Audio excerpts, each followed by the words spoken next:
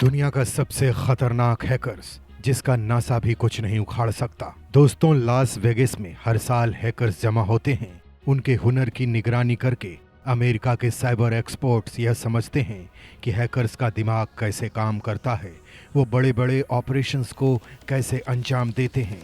2018 में जब ये हैकर्स की कॉन्फ्रेंस लॉस वेगास में चल रही थी, ठीक उसी वक्त हैकर्स ने एक पुणे बेस्ड इंडियन बैंक पर साइबर अटैक करके करीब $3 करोड़ की रकम उड़ा ली थी।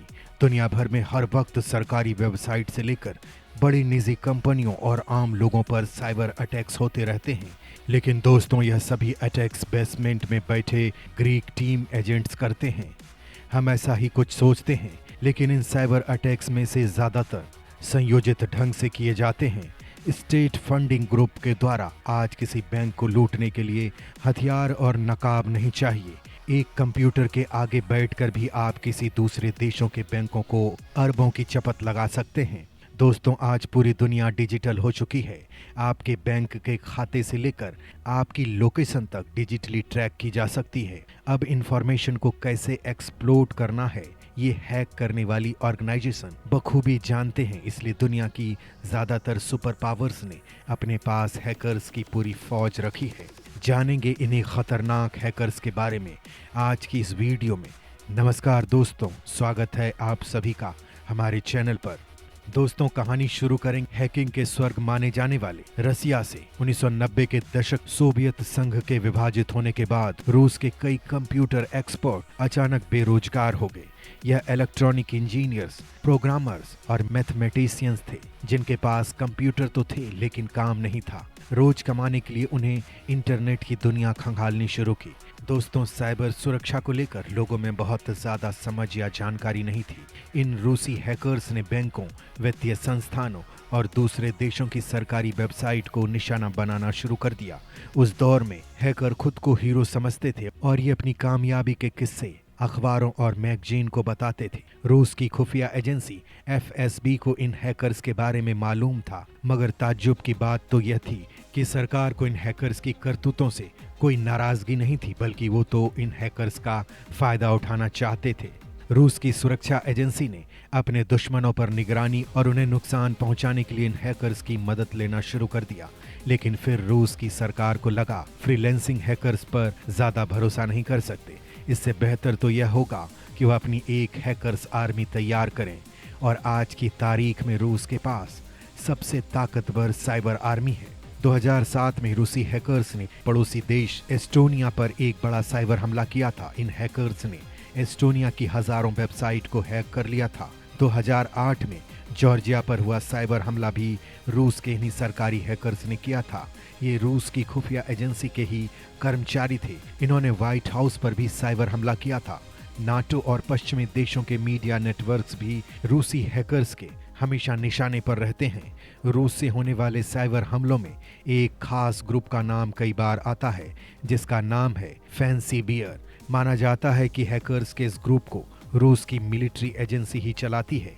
हैकर्स के इस ग्रुप पर आरोप है कि इसने पिछले अमेरिकी राष्ट्रपति चुनाव में दखल अंदाजी भी की थी। रूसी पत्रकार ए सोल्डा टोप कहते हैं कि रूस दुनिया को यह बताना चाहता है कि वो साइबर साम्राज्य का बादशाह है। 90 के दशक में हॉलीवुड फिल्म मैट्रिक्स से प्रभावित होकर जिन रूसी साइबर इंजीनियर्स ने हैकिंग के साम्राज्य की बुनियाद रखी थी, वह आज खूब फल फूल रही है। आज बहुत से हैकर्स रूस की सरकार के लिए काम करते हैं, मगर हैकिंग के इस खेल में रूस अकेला नहीं है। ईरान के पास भी हैकर्स की सेना है। ईरान भी हैकिंग की दुनिया का एक बड़ा खिलाड़ी है। 1990 के दशक में इंटरनेट के आने के साथ ही ईरान ने अपने यहाँ के लोगों को साइबर हमले के लिए तैयार करना शुरू कर दिया था। ईरान जैसे देशों में सोशल मीडिया सरकार के खिलाफ आवाज़ उठाने का एक बड़ा मंच होता है। सरकार इनकी निगरानी करती है। ईरान में हैकर्स का इस्तेमाल वहीं की सरकार अपने खिलाफ बोलने वालों का मुंह बंद करने के लिए करती है। 2009 में जब ईरान में सरकार विरोधी प्रदर्शन तेज हो रहे थे, तब ईरान के सरकारी हैकर्स ने तमाम सोशल मीडिया अकाउंट्स को हैक करके ये पता लगाया था कि आखिर इन आंदोलन के पीछे कौन है। उन लोगों की शनाख्त होने के बाद उन्हें डराया धमकाया गया और जेल में डाल दिया गया। यानी साइबर दुनिया की ताकत से ईरान की सरकार ने अपने खिलाफ तेज हो रहे बगावती सुर को शांत कर दिया था। ईरान के पास रूस जैसी ताकत वाली साइबर सेना तो नहीं है, मगर ये ट्विटर जैसे सोशल मीडिया को परेशान करने की हिम्मत रखती है। जानकार बताते हैं कि ईरान की साइबर सेना को वहाँ के मशहूर रिवोल्यूशनरी गार्ड्स चलाते हैं। ईरान में दुनिया के एक से बढ़कर एक काबिल इंजीनियर्स और वैज्ञानिक तैयार होते हैं। दिक्कत यह है कि इनमें से ज्यादातर पढ़ाई पूरी नहीं होने के बाद अमेरिका या दूसरी पश्चिमी देशों का रुख करते हैं, तो ईरान की साइबर सेना को बचे कुछ ही लोगों से ही काम चलाना पड़ता है। इसी कमी को पूरा करने के लिए ईरान कई फ्रीलांसर हैकर्स को भी हायर करती है। ईरान अक्सर साइबर हमले से निशाने पर भी रहता है, खास तौर से अमेरिका और इजराइल से। 2012 में ईरान के तेल उद्योग पर हुए साइबर हमले में उसके सिस्टम की हार्ड ड्राइव से डेटा उड़ा दिया गया था। ईरान पर साइबर हमले के पीछे अमेरिका या इजराइल का हाथ होने की आशंका थी। ईरान ने इसी हमले से सबक लेते हुए 3 महीने बाद अपने दुश्मन देश सऊदी अरब पर बड़ा साइबर हमला किया था। इस हमले में ईरान के हैकर्स ने सऊदी अरब के 30,000 कंप्यूटर का डेटा उड़ा दिया था। आज हैकर्स ने अपने साम्राज्य को पूरी दुनिया में फैला दिया है। आज हर देश में हैकर्स मौजूद है। कहीं वो सरकार के लिए काम करते हैं तो कहीं सरकार के खिलाफ। लेकिन एक देश ऐसा भी है जहां साइबर हैकिंग पूरी तरह सरकारी है। इस देश का नाम है उत्तर कोरिया। उत्तर कोरिया में हैकर्स की सेना को चलाती है वहां की खुफिया एजेंसी RGB। उत्तर कोरिया में 13 से 14 साल की उम्र से ही बच्चों को हैकिंग की ट्रेनिंग दी जाने लगी है। स्कूलों से प्रतिभाशाली बच्चों को छांटकर हैकिंग की खुफिया सेना में दाखिल किया जाता है। मैथ्स और इंजीनियरिंग में तेज स्टूडेंट्स को सॉफ्टवेयर इंजीनियरिंग की ट्रेनिंग दी जाती है। फिर या तो वो हैकर्स बनते हैं या फिर सॉफ्टवेयर इंजीनियर। उत्तर कोरिया अपने यहाँ के बहुत से छात्रों को चीन या दूसरे एशियाई देशों में IT की पढ़ाई करने के लिए भेजते हैं ताकि वो साइबर वर्ल्ड को अच्छे से समझ सके और देश के काम आ सके। इनमें से कई छात्र पढ़ाई पूरी करके चीन या दूसरे देशों में ही रुक जाते हैं और वहीं से अपने देश के लिए हैकिंग का काम करते हैं। उनका मकसद कमाई करके अपने देश को पैसा भेजना होता है।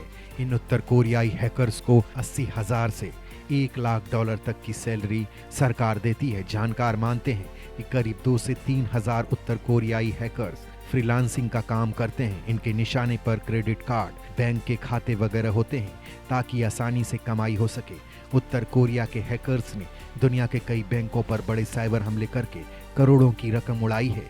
इनके निशाने पर लैटिन अमेरिका देश इक्वाडोर से लेकर पड़ोस के देश भी रहे हैं। लेकिन दोस्तों, हैकर्स आर्मी की बात हो रही हो और चीनी हैकर्स की बात ना हो तो ये नाइंसाफी होगी।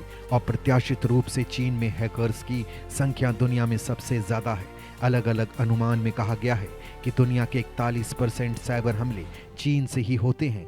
उन्हें बेस कॉस्मो बैंक में हुई चोरी के बारे में हमने आपको शुरुआत में बताया था। उस हमले के पीछे भी चीनी हैकर्स का हाथ बताया जाता है।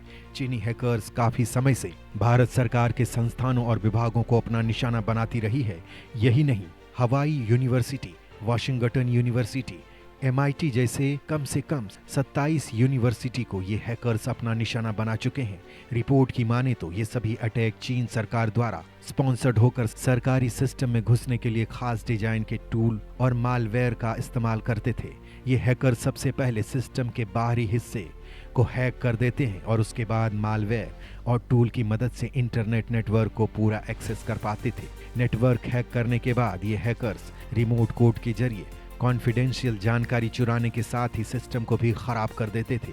दोस्तों, साइबर अंडरवर्ल्ड आज खूब फल फूल रहा है।